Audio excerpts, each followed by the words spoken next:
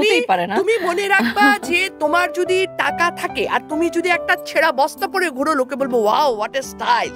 একটা ছোট্ট কষ্ট আমার আছে, যেটা আমি বলবো যে এটা অনেক ছোট, বাট ছোট বলবো না, আমার অনেক বিশাল বড়, যে আমার খুব ইচ্ছে ছিল আমার বাবাকে নিয়ে আমি বাইরে ঘুরতে যাব।